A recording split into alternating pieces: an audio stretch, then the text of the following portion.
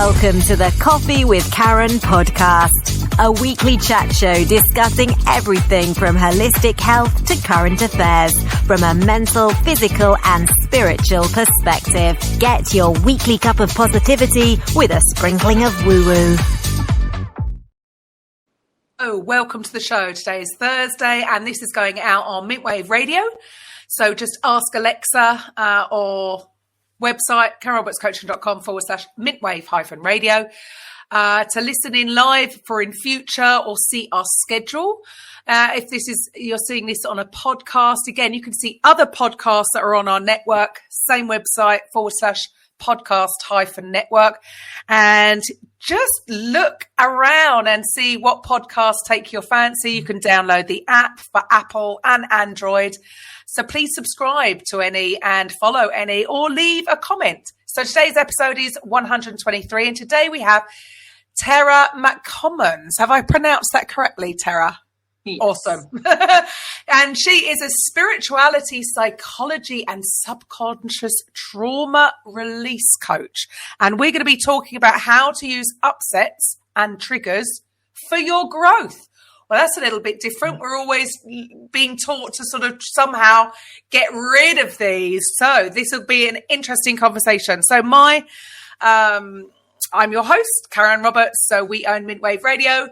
If you're a coach or a consultant out there and you're interested in having your own show, then get in contact. We also have the Raising Vibrations podcast network. At the end of the day, it's for coaches to get their message out there to the people who need to hear it. So if you want to get in touch, get in touch. So thank you, Tara, for being here. I know you're a long way from us and you're 8 hours behind us. So you're in the past. It's a bizarre concept, isn't it? But Tara has started in alternative health back in 2011 as a QRA practitioner, which is quantum reflex analysis. Oh, she'll explain more in a second. She became fascinated with using muscle testing to assess the subconscious emotional issues behind physical illness. And she had an existential crisis and went on to study spirituality from a place of universal law and having a more open perspective. And there she certificated an E4 trauma method as a master spiritual psychology coach and new thought practitioner. Well, that's a first. That sounds incredibly interesting. First of all, Tara, even QRA, something I've never ever heard of before. So quantum reflex analysis, what is that? Yeah, quantum reflex analysis is a health system created by a man named Dr. Marshall. I came across it when I was actually a nanny for an autistic child, and I was always looking for things to help him. And I thought it was the most amazing thing I'd ever seen. Muscle testing is a way of tapping into the body's subconscious reaction to true and false, or weak and strong. So everything on a vibrational level is either strengthening the energy in your body or weakening the energy in your body. From a lie that you say, which will weaken your energy, to a toxin that you bring into your body versus something healthy or saying a true statement. And so with muscle testing, some people are familiar with it from their chiropractor, asking them to put their arm up and pushing it down. Mm-hmm. There's also, if you've gotten into alternative health, what's called the O-ring test, where you're pressing your fingers together. Yep. And really, instead of looking at brain,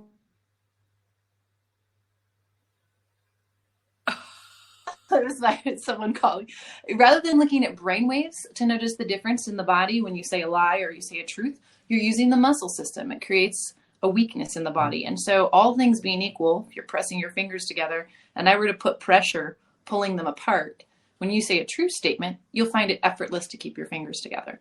When you say a false statement, you'll find it near impossible to keep them together. It'll be like I just handed you kryptonite. You'll say, what did you just do? So, well, that's the body doesn't lie then. The body doesn't lie. Yeah, very famous book, right? Yeah.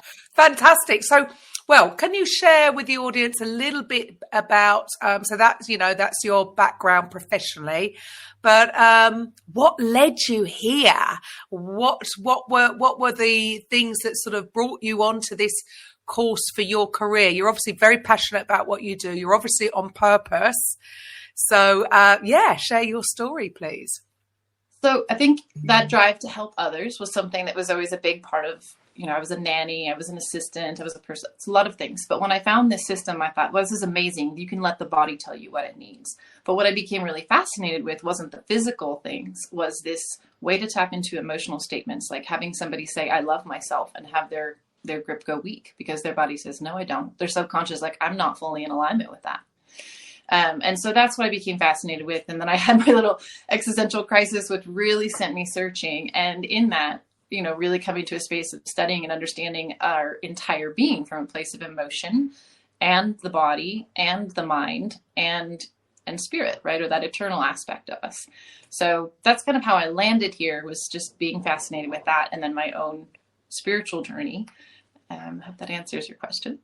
Yeah, well, I love the fact that so many people now are finally looking at all aspects of health, because, it's been very, very the physical part. And I'll hold my hand up. I've personally come from a very physical background, a sports therapist for 27 years. So, yeah, very, if it hurts when you do that and not when you do that, it must be this, trying to fix the thing, but from a very physical perspective.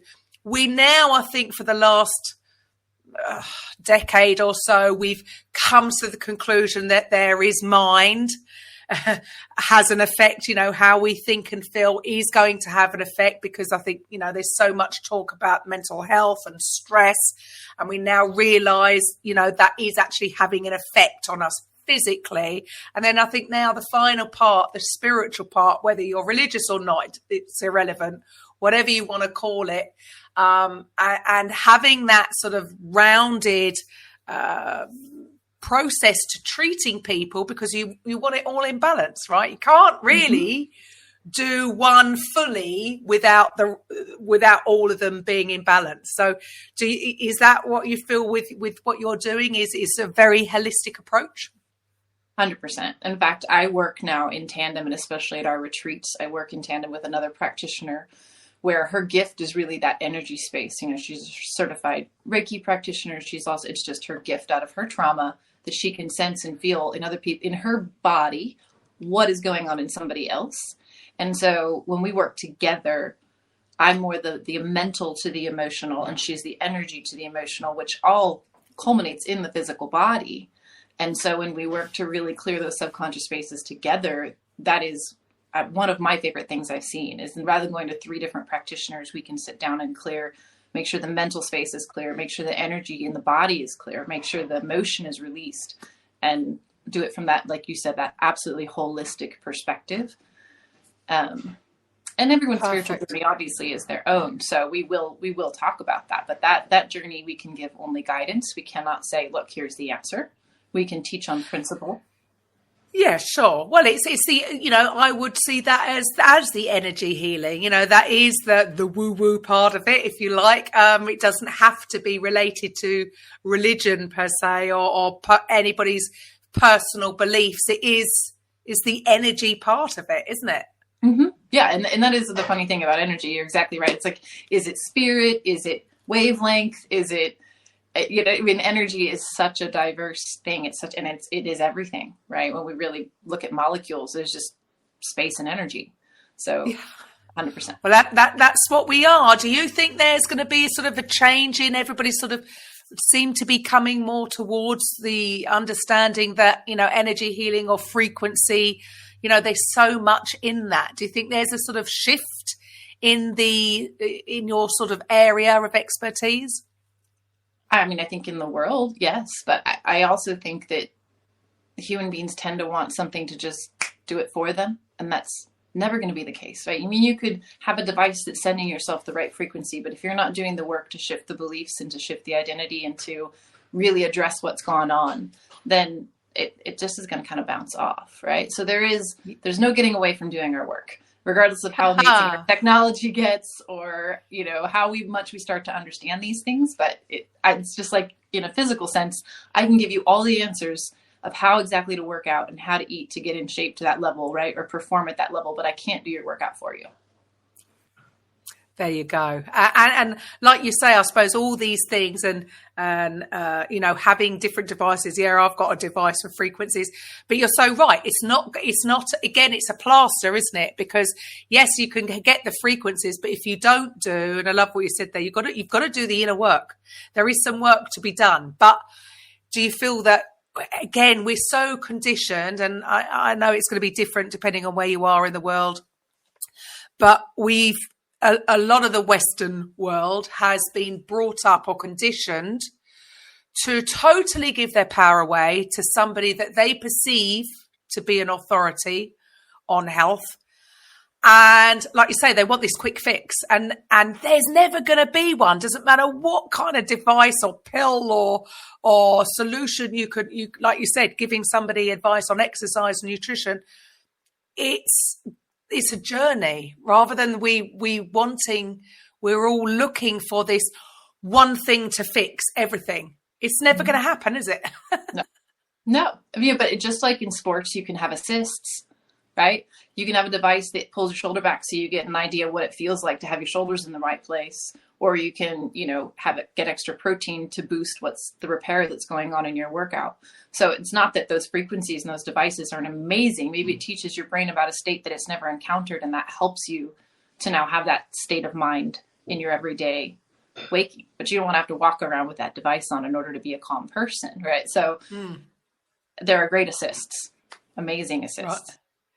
But it's all about getting down to the root cause of the problem to actually eliminate it for good. Otherwise, I suppose it's like, people want to lose weight.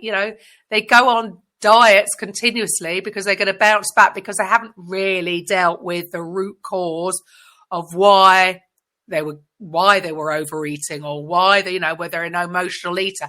Is there some kind of emotional blockage going on?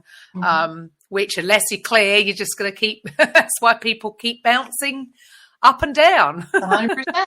And that's exactly why I became fascinated with the muscle testing, because we could get to the root issue of why somebody didn't fully love themselves, which is why they're going to have an eating disorder in the first place. I would never go after the eating disorder. We're going to go after self-love or self-hate, or however you want to look at that. Because it's just like a lake. If you cut off the source, right, the water draining from the lake, it's going to dry up all the streams below it naturally. And so I don't know if you want to go into talking about that, but my favorite thing now is upsets and triggers, because those will show you where your stuff is faster than anything, and you don't have to have muscle testing to figure it out. Oh, yes. Interesting. So, yeah, with regards to that, because I think there's a lot of talk about that these days, about dealing with trauma and releasing trauma. And so it sounded like, just from what I read out there, was that actually getting excited about when you get triggered. Why? Where does that come from? Yeah. So it comes from the fact that I'm about to learn something new about myself. And that if you understand that all a trigger is something present tapping on something deeper and past inside, and you're not sure what it is because you're thinking it's about this present thing. But once you understand that when you're truly triggered, I mean that level of escalation that really is not appropriate to the situation or is causing complete dysregulation in your being, it's never about the present moment. I will say 99% of the time it is never ever about the present circumstance or moment. That is pinging something deeper in you. Otherwise it couldn't upset you or dysregulate you to that level. And so when we take people through processes to release the emotion of the immediate, and they start talking, we'll ask one simple question. Regarding your husband saying XYZ to you, what upsets you about that? And they go, blah, blah, blah, and they say all the things. And I'll say, great, okay, what else upsets you about that? And as they get farther and farther along, one, you're discharging the emotional energy, which is what's going to keep you stuck thinking and obsessing about that thing. You're acknowledging, right, everything that's upsetting you, you're releasing. That alone will take you from a 10 to a 2 to a 0. But if you start listening attentively, what you'll hear is that eventually you'll get to, and it made me feel like, when they did, it made me, once you get through what happened, right? Well, it made me feel like I was insignificant. It made me feel like I don't matter. And I'm like, and that's what we're looking for, because it's the feeling that matters, because that's what's causing your upset. And then, does that make sense? Yeah, absolutely. Well, because I suppose instantly people will give you superficial answers, or they'll give you the answers that you think that they're supposed to say. So I suppose by just keeping on digging in, keep asking what else to actually get to the real cause. And interesting that you say it's always going to be the feeling part of it, how it makes us feel. And I suppose is that going to be linked to even how we store? Because you're not even going to remember one Thursday 3 weeks ago at 3:00 unless something major happened, right? Good or bad, but something that invoked a strong feeling, negative or positive. Because in general, people are sort of going throughout their day on a level. A lot of people, unless something major happens to stimulate a stronger feeling. So is that why? Is that sort of linked to why this is? So that's why we've got to get down to how it made them feel to release that? Yes. I mean, the short answer to that is yes, because the feeling is where the energy is. So what's happening is you're triggering a feeling, an energy that's linked to a time you felt like that before. I guarantee it. Not enough. Couldn't cut it. No matter what I did, it didn't work. Let's just say not enough. It's a very classic one, right? Somewhere in your childhood, you experienced exactly what you're talking about. An experience where your emotions were heightened, and then you made a decision, which is, I must not be enough. And that can come in from, as early as the womb. Can come in earlier, but let's just keep it in this lifetime, the womb, and then, your childhood experiences going forward. And then once you make that decision in a heightened emotion, it imprints on the subconscious. And now that's your track. That's your filter. And you're going to keep having those experiences, keep bringing them in, keep recreating them, because the psyche loves to reinforce what it already believes once it's established. So that's why when we have upsets and triggers, I get excited because, well, they don't happen for me very often. As you do your work, they happen less and less. And then you start to get curious when they do happen, even though the emotion is unpleasant. It could be a panic attack. And okay, let me sit myself down and say, okay, what is upsetting me right now? And as you verbally, and it's very important that it's verbally express and let whatever emotion needs to come up and out. And then you can start coming back online in the analytical mind and looking at, as you release the emotion, what's actually going on. And it's amazing. It's amazing. I swear, if you take yourself through this process, you will sometimes be like, oh my gosh, I'm so glad I didn't go to that person upset. Because all your upset will be released. You'll be in perfect calm and you'll see that everything was your stuff, was your filter. Right.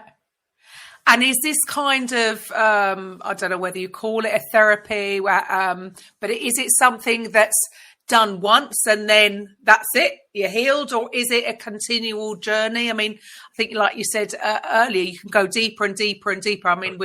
We are like onions. You've got to peel off one layer. There'll always be something else to heal that we may not be aware of. But for some people, even if they're not aware consciously of these things, I'm sure a lot of the stuff is that we do throughout our day that could be linked back to some kind of trauma. We might not be consciously aware of it. So how are you getting people to connect with the real it if they're not consciously aware? Okay, so let's talk about that. So awareness, your body's trying to make you aware by the panic attack or by the anger or by the upset. So now that's your first step in awareness. Now you're going to try and sort out through this process of asking. It's a series of questions. That's just the first one that allows you to express and release and kind of dig underneath. And once you get to, oh my goodness, I don't believe I'm enough. That's my subconscious command. And I can see it as a theme through my whole life. Right? Then what? Right? As you're asking, then what? So then what is... This is going to depend. I would highly recommend going to somebody trained. Now I've got my subconscious command. How do I release it? If it's light, it's not deeply tied, you can probably just release it through an intention, a release date. I now release the belief I'm not enough. And then you can bring in a positive affirmation, but you need to create the feeling within your being to make it work. You can't just say it offhandedly and expect it to change anything. But if you were to come to me and say, I have an issue with being enough, then I would take you through a process where we would let your consciousness, and you can learn to do this on your own, but I don't know how other than going through it and experiencing it a few times, where you allow your consciousness to bring up that root memory. You connect deeply to the feeling, and then you just say, okay, where did this start? A good question to ask is, what is the earliest I remember feeling this way? Maybe it's so early that you're like, I've always felt this way. Okay, it's rooted really early, 1, 2. But you'd be amazed what happens when you sit in stillness and you hone in on something and you just open up and ask, because all the information is there within inside of you. And then you walk through that memory and do the same thing. Release the emotion, express how you felt, acknowledge the needs that weren't met. And you can bring in a little inner child work where your adult self now comes into the picture and meets the needs of the child in that memory. And you feel whole, or you get that comfort. And yes, it's all happening in your imagination. But the incredible thing is that your brain doesn't know the difference. Literally, this is science, doesn't know the difference between an imagined event and something that actually happened. Right. So it sounds like you can totally reprogram. I mean, I always say that's, we need one of these things like at the Matrix where we can just plug in, download any old processes that aren't serving us, any bad habits, and then upload a new one. If only it were that simple. But I suppose that is the work, like you just said. It's us. And I hear this from many different coaches and healers when they're doing this kind of work, that, it's not there to be pretty. It's not necessarily going to be a pleasant experience in the beginning, because it is about facing it. And I suppose, do you find that many people are sort of running away from it because naturally we want to run away from pain? Or how do you find people deal with this process? Or, I suppose being with you, that it is going to be in a controlled environment and you can help take them through the process. Yeah, I think people are deeply searching for how. I see my patterns, right? There's so much awareness now. I see my patterns. I know my stuff. I'm attracting the wrong kind of partner. How do I change it? They want the actual action steps. And then it's like, okay, well, and there is fear sometimes coming into a session, but it's very gentle, and being held and have that container to be held for you is an amazing experience. I still go to other practitioners because I don't want to play practitioner and client. I want to be able to fully release into my inner child space, fully go into that emotion, and not have to bounce back and forth into both spaces. So I will say there's no way but through. And if someone is avoiding, I'm like, get with somebody you trust to take you through a process, and you'll learn it's really not that scary. And it's actually kind of fun. It's like you're running.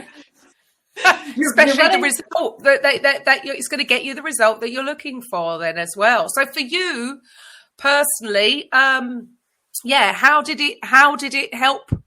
How did you going through it help yourself and your life?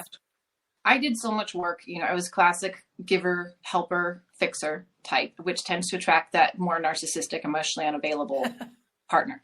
Classic, right? So it's the on again, off again for 10 years. And I finally were in the last 2 year space, and I really got into this work. And at that time, I didn't have all the tools I had, but I had the muscle testing, and I could find out what I was believing that wasn't correct. And I could look myself in the eyes in the mirror and say these release statements or these love and forgive statements. So I was actively started working on self-love, and I actively started working on loving and forgiving this person who'd been in my life for a very long time, right? At this point, 8 years. And I was still full in. I still had to go all in and experience seeing if this relationship could work. Sometimes we just have to play out our stories and our dramas. But I gave myself a time limit, and I continued to work on my stuff. And I will tell you that when you do that, like it's like slowly becoming oil, right? And rising to the surface. And if somebody wants to stay water, you will separate, right? And they have the choice. They can rise with you. It's very, very rare that somebody that you attract when you're in a vibration of the old commands is going to actually at the same time want to do, there is your mirror of your stuff. So the odds of them coming with you in that journey are very slim to none. So just be aware, everyone out there, you start doing your work. Yes, relationships will leave because they're no longer going to be a match to who you are and what you're vibrating at.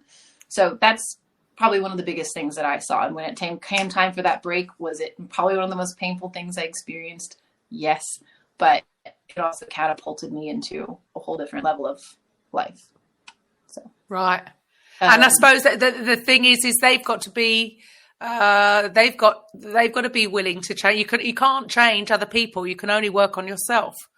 So yes, and unless people are ready, if they're ready to listen and they're ready to take action, they ain't changing. Yeah.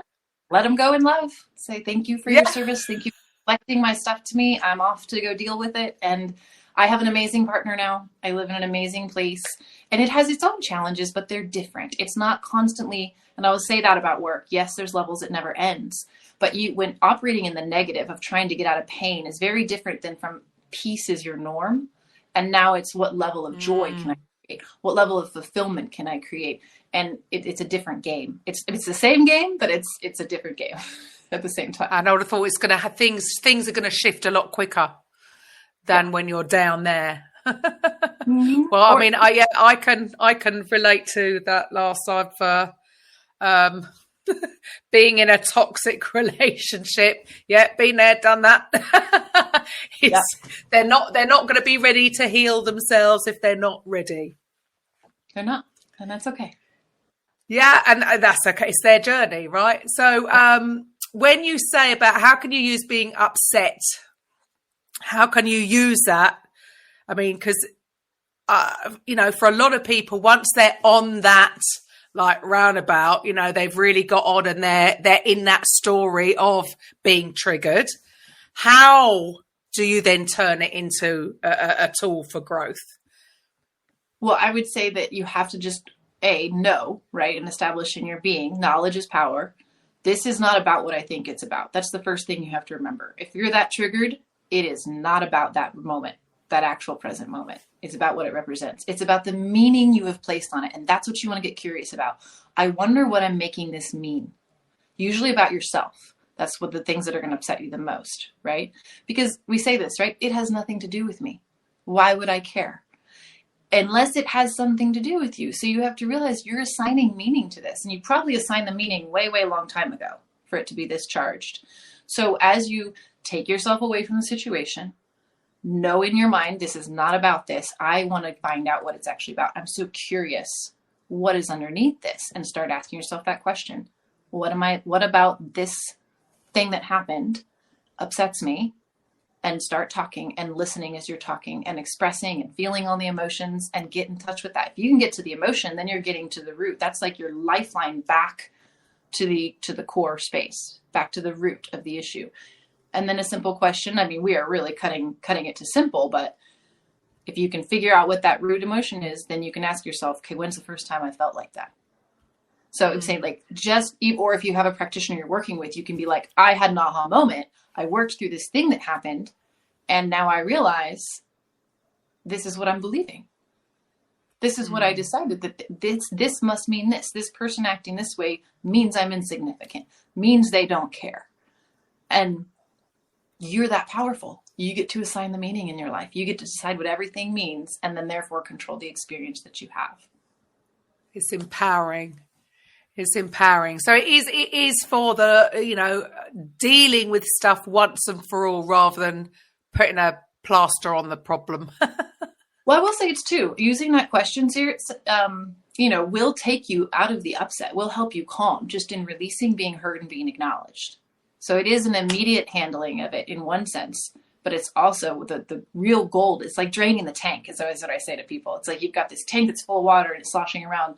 And when you go through that process and releasing and verbally expressing, you're draining the tank. Great, right? So we're not full of charge and upset anymore. That could just be enough in and of itself.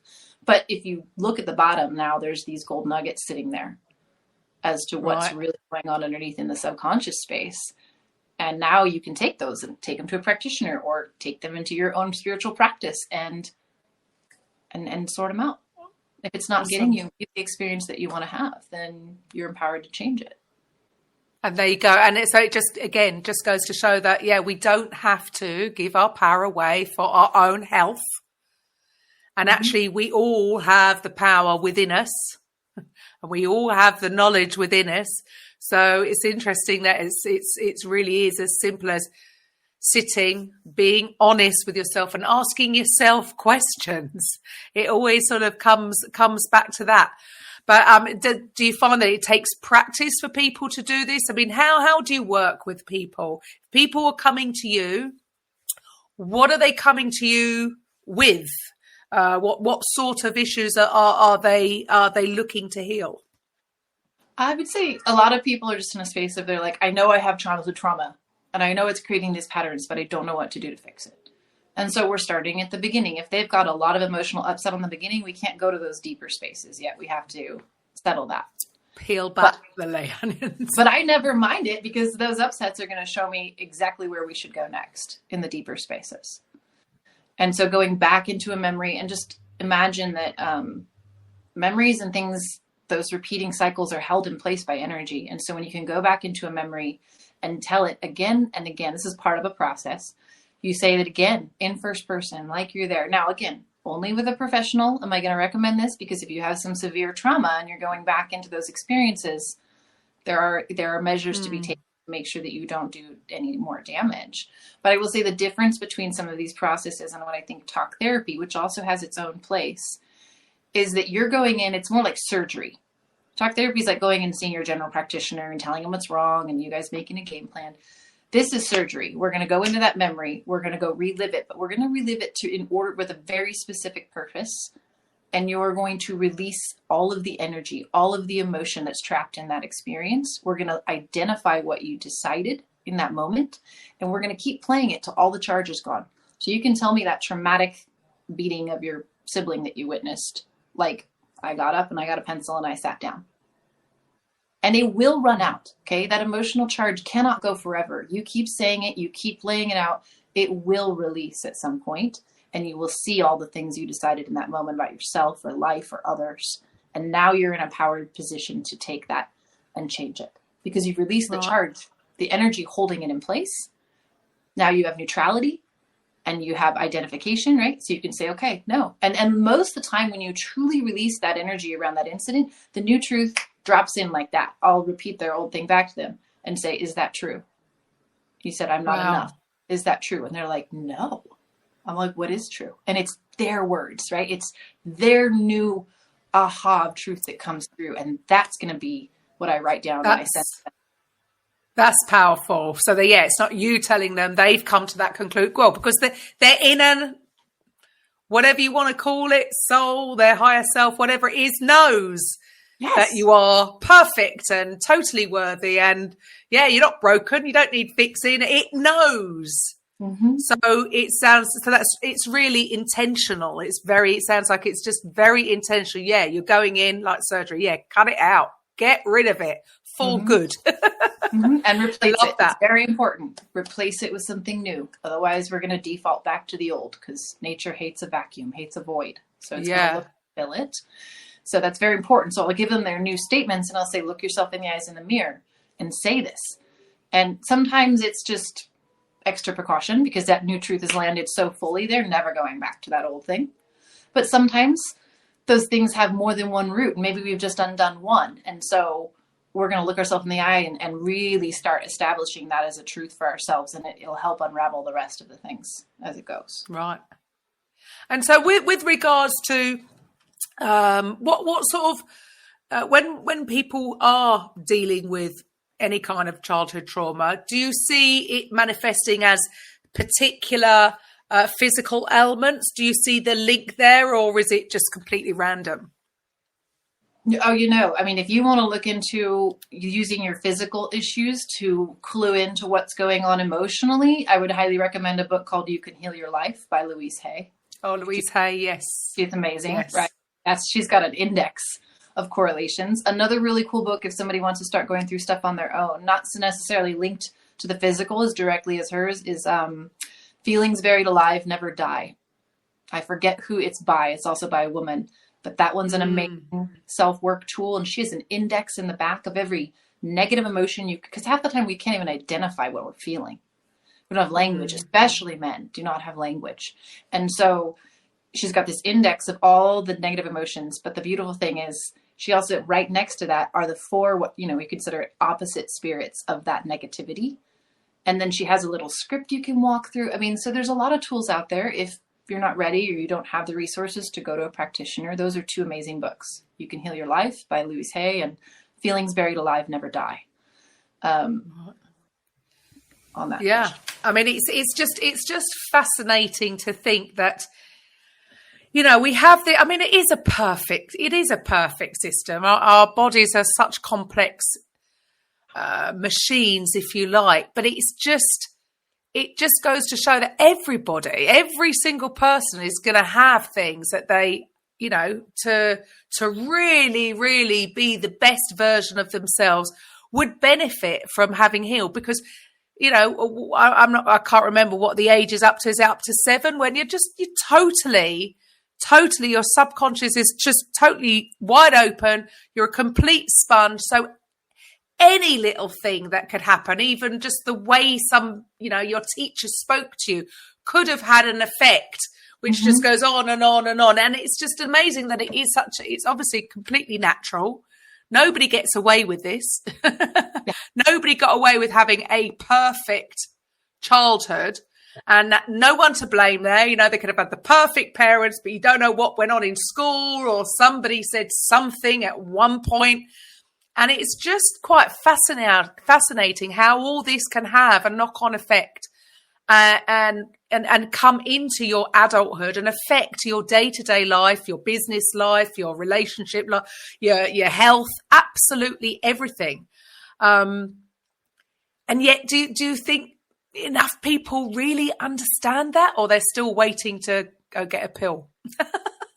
It's so funny because I work in this world. I feel like everybody knows about it. And then I have to have a reality check. And sometimes probably probably 80% of the population still doesn't operate in awareness of these things. So, it's happening. And we're going to keep amazing people like you spreading the word and making things available.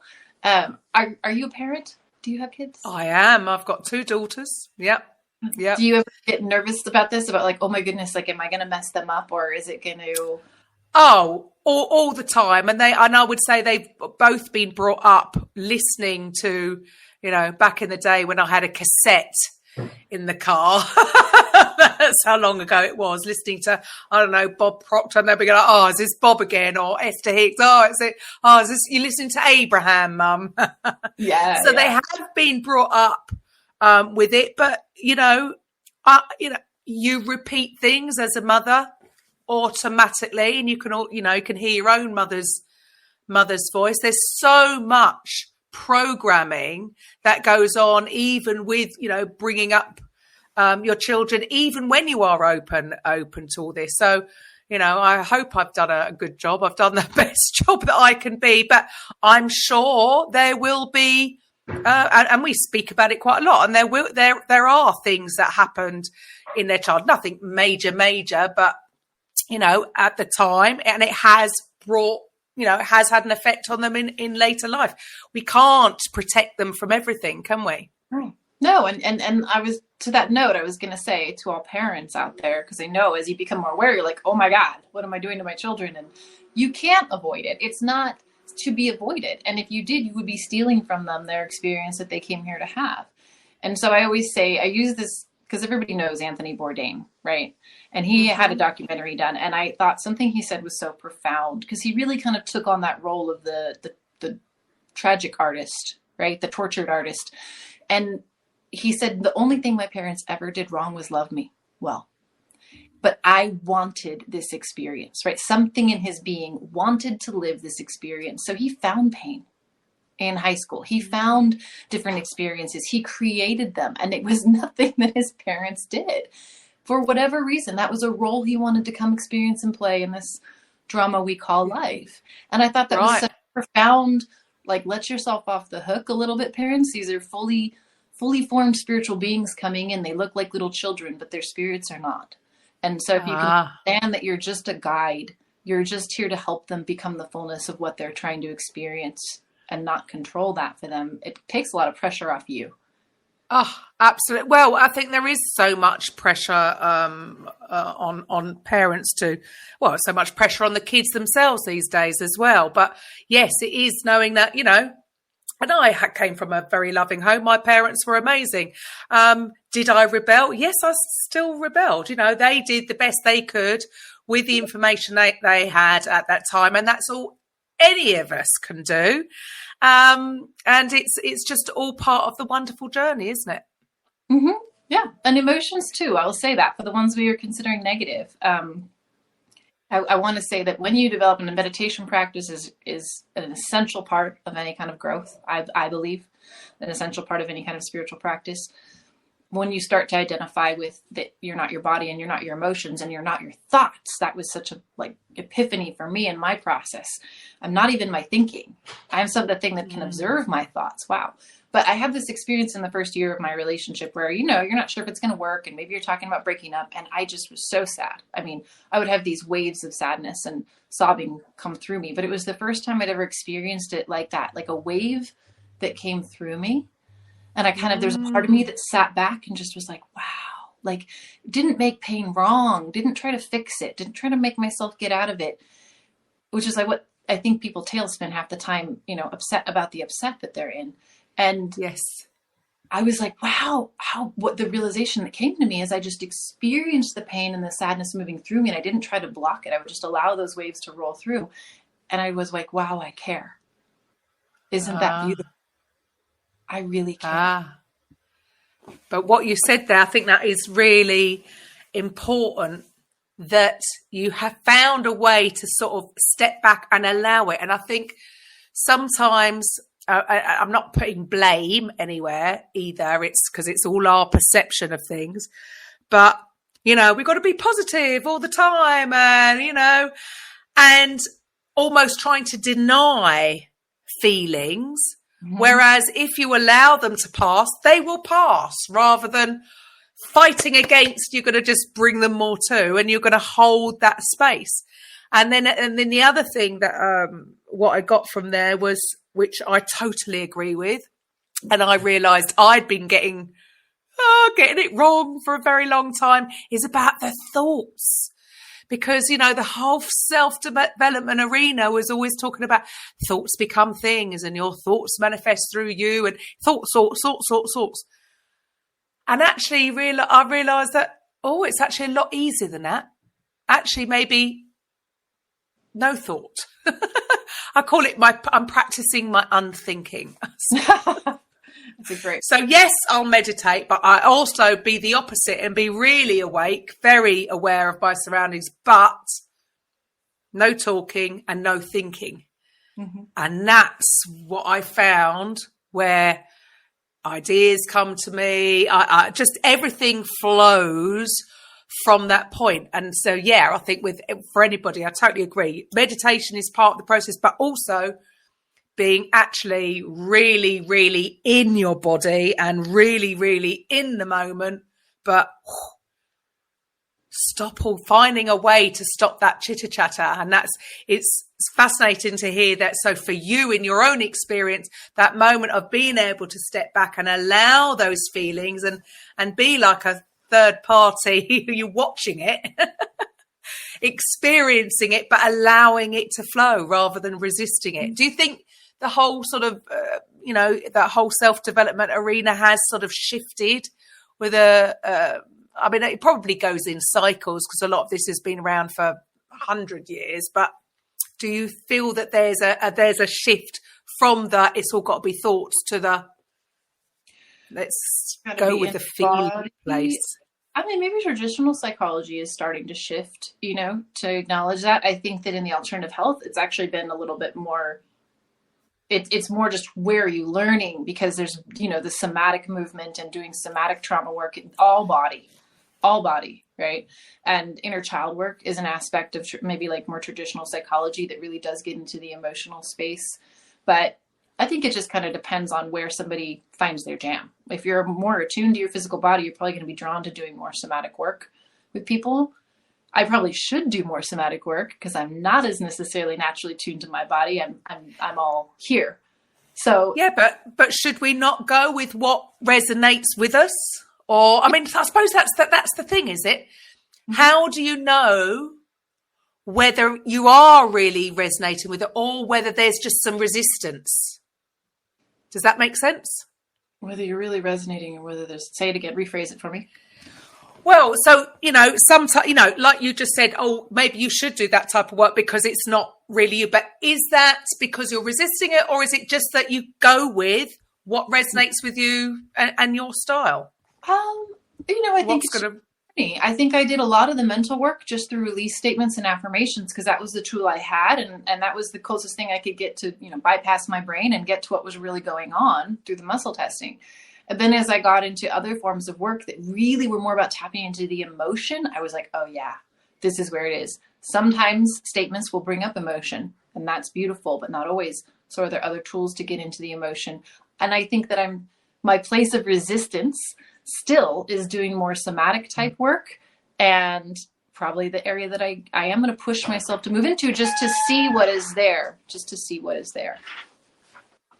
I mean, again, it's like horses for courses, isn't it? It's whatever works for you, it works. And which is why there isn't, all roads lead to Rome, whatever. And this is, I think, the problem with the traditional health arena is everyone's saying it's my way or the highway. I mean, I know, we've got different systems over here because of, and I'm not dissing the NHS before anybody panics, but because we've got this umbrella, there's nothing outside of that. This is the way we do it, and it's our way or the highway.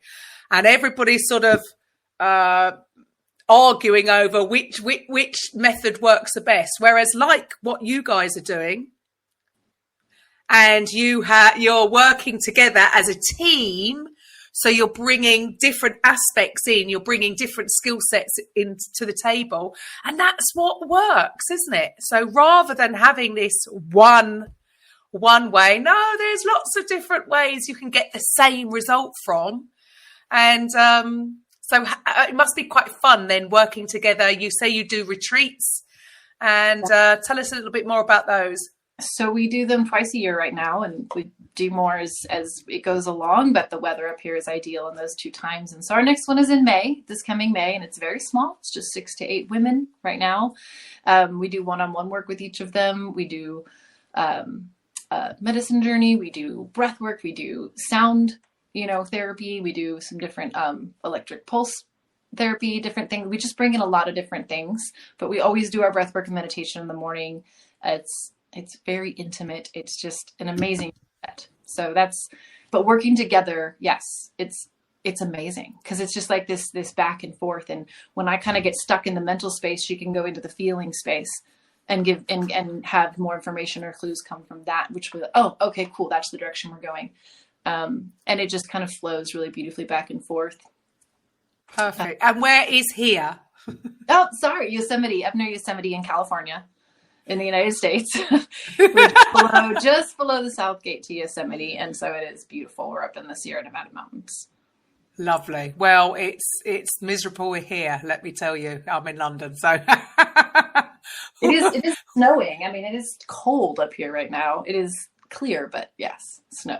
Right. So your next retreat, and how else do you help? So for any of the listeners who are quite fascinated about this subject and would like to find out more, obviously we've got depending on if you're watching the podcast, and you can see Tara's details below, but to the listeners, how would they get in touch with you? So right now the only real platform we have is Instagram, and it's just at Choose Your Becoming, and there's underscores between the words, at Choose Your Becoming, and that's the best way to get in contact with us, is through Instagram. But if as far as work, actual sessions, we can do those virtually because I work with a partner. In the quantum field, there are no limits to the transfer of information. So for years, I have done both nutritional and emotional work virtually, using another person as a surrogate to do the actual testing. So there's no limit to being able to test because of location. No, hang on. You're going to have to go into that a little bit more. So, because there you're talking about the sort of kinesiology type stuff, the physical testing. Mm-hmm. So hang on, explain a little bit more about how that is possible. So if you study quantum physics, they'll talk about different things, and there are different things that do not move through the physical world. They're not constricted by time and space because they don't have a weight of matter like information. So they've done multiple tests all over the place. And then my own living experience has proven it true that as long as there is permission and openness, information from one being to another can transfer instantaneously. So when I was doing this for nutrition, just to focus energy, right, to focus your thought, we'd put the person's name on a piece of paper and their location on me, just to be specific about where we're directing our energy. And then we would test physical points, physical nutrition needed.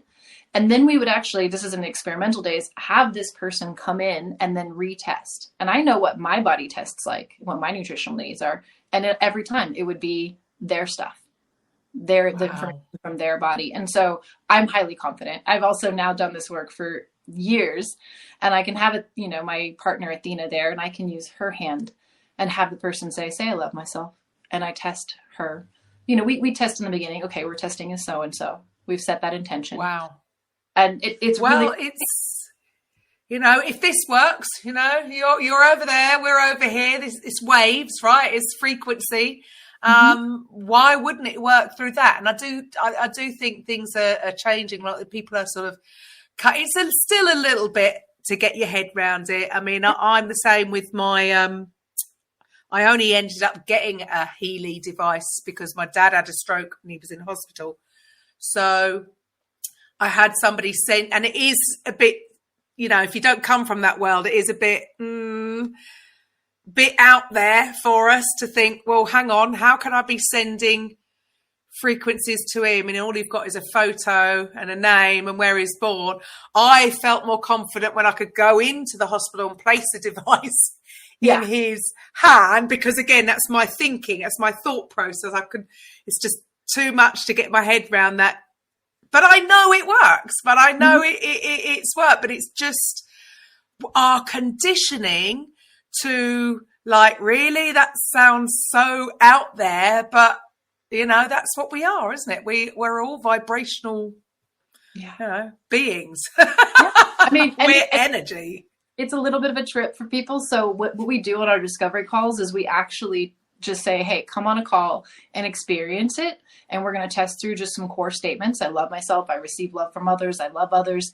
And you don't have to tell us anything. And we'll just say, that is subconscious, in alignment, 100%. That's true for you. No, that's not. Yes, that is. No, that's not.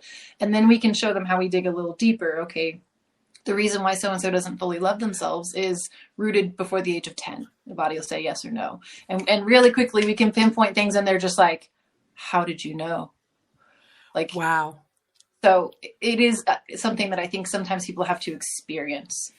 100%. And that is it, isn't it? It's, you can read the jargon, you can read the science, but until you experience it for yourself, that's when you really know. And I think, hopefully, I think more people are, a bit more open to trying these things. And then once you know it for yourself, that's it. You know it, and there's no going back. Right. It is what it is. It is what it is. Fascinating. I love these talks because, for some of it, it's still a bit out there for me, but I'm just amazed by it. I love what you're doing. It's what a good combination. What a brilliant combination. And you're doing a lot to help your community. So thank you for being on. And to everybody else on here, if you want to get in touch, get in touch. Fascinating stuff. And if you want to release any kind of trauma that is affecting your life now, then you can get it dealt with once and for all. And for the rest of you guys, if you are yourself a coach, consultant, therapist or healer, and you would like to get your message out there to the people who need it, then come and have a chat. The website /discovery. If you want your own show on Mintwave or have your own podcast channel, then please get in touch. But the rest of you, I will be back on Monday with a Coffee with Karen. Bye for now. Bye. Coffee with Karen podcast, a weekly chat show discussing everything from holistic health to current affairs from a mental, physical and spiritual perspective. Get your weekly cup of positivity with a sprinkling of woo-woo.